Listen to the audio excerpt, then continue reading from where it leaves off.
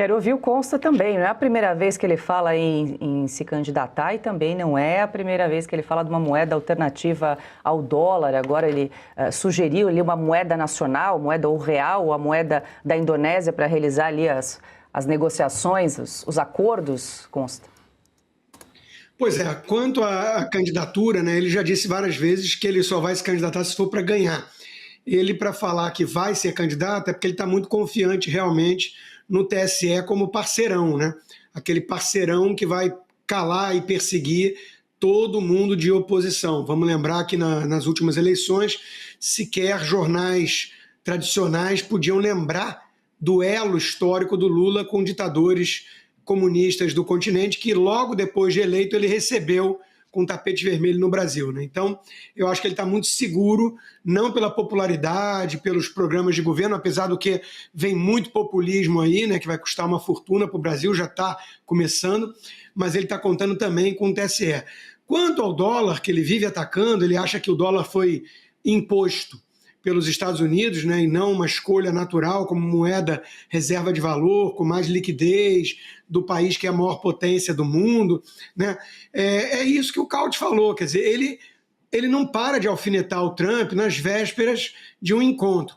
Isso me diz que ele sabe, muito mais do que a gente, que aquele encontro entre o Mauro Vieira e o Marco Rubio foi um fiasco, e que a história da química dele com o Trump em 39 segundos ali na ONU, é outra baboseira. É uma ladainha que o Trump usou para massagear o ego do Lula e que a esquerda acreditou, porque é uma esquerda vira-lata.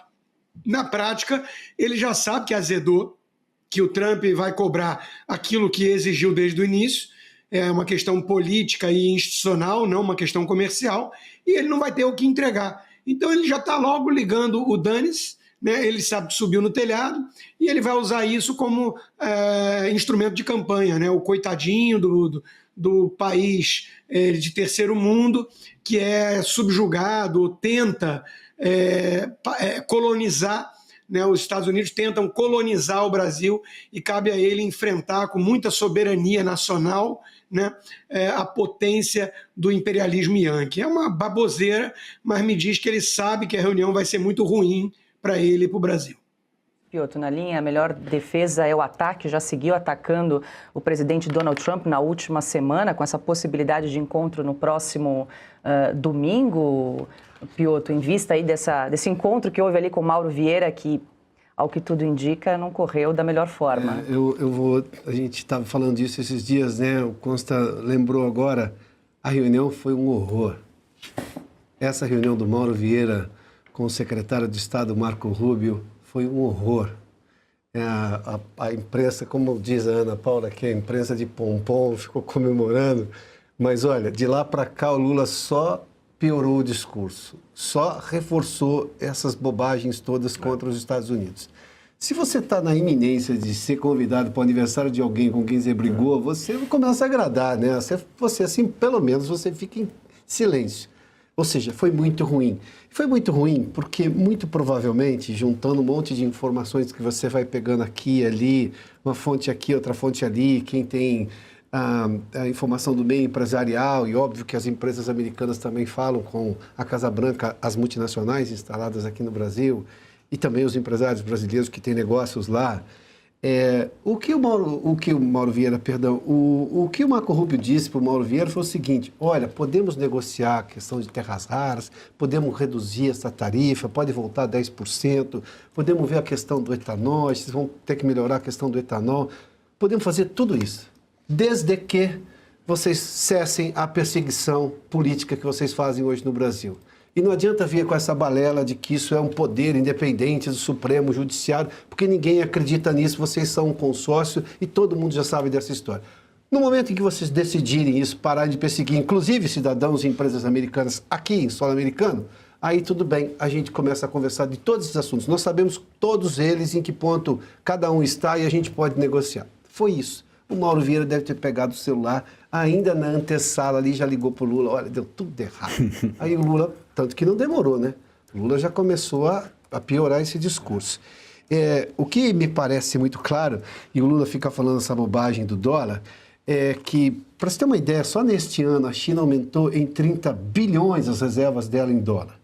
Criar uma moeda alternativa, em tese, reduziria a importância do dólar, você perderia o valor das suas reservas. A China tem 3 trilhões 322 bilhões de reservas em dólar, reservas internacionais em moeda americana. Você imagina que a China está interessada que o dólar perca valor com tudo isso guardado no cofrinho dela? Então, quer dizer, o Lula fala isso porque ele vai fazer discurso em algum desses fóruns aí da esquerda aqui, vai ser aplaudido. Mas isso não é real, nem o governo brasileiro acredita nisso. E neste ano a China aumentou as reservas dela. E qualquer outro país do mundo vai fazer isso porque isso não é com essa simploriedade do Lula, que é ignorância histórica. O Consta já citou aí, o Lula não entende do que ele está falando, mas ele diz porque vai gerar. Ele está acreditando que isso vai ser levado para a eleição do ano que vem. Eu estou falando grosso com o Trump, fala fininho com a Bolívia, né? Entrega ativos brasileiros para a Bolívia. Aí o Lula não é capaz de enfrentar nada.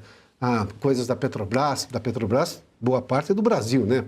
Que parte da Petrobras é do povo brasileiro, porque o governo é o maior acionista individual da Petrobras. E ele sai falando, ele acha que isso vai ter algum lucro na eleição do ano que vem. Eu começaria a relativizar isso daí. Acho que isso já teve um boom, não sei se isso se sustenta, porque o governo está apostando em tanto populismo fiscal, em tanto populismo irresponsável com uma série de bolsa aqui, bolsa ali, que não está dando mais resultado. Me permita contar rapidamente aqui uma história.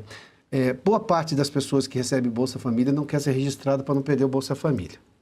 Então ela vive muito de bico. Esse bico, quem sustenta, quem pede para as pessoas fazerem trabalhos de encanador, não sei o que, essas coisas todas, é a classe média. A classe média hoje, estou falando do ponto de vista econômico, está achatada, está com menor poder de compra.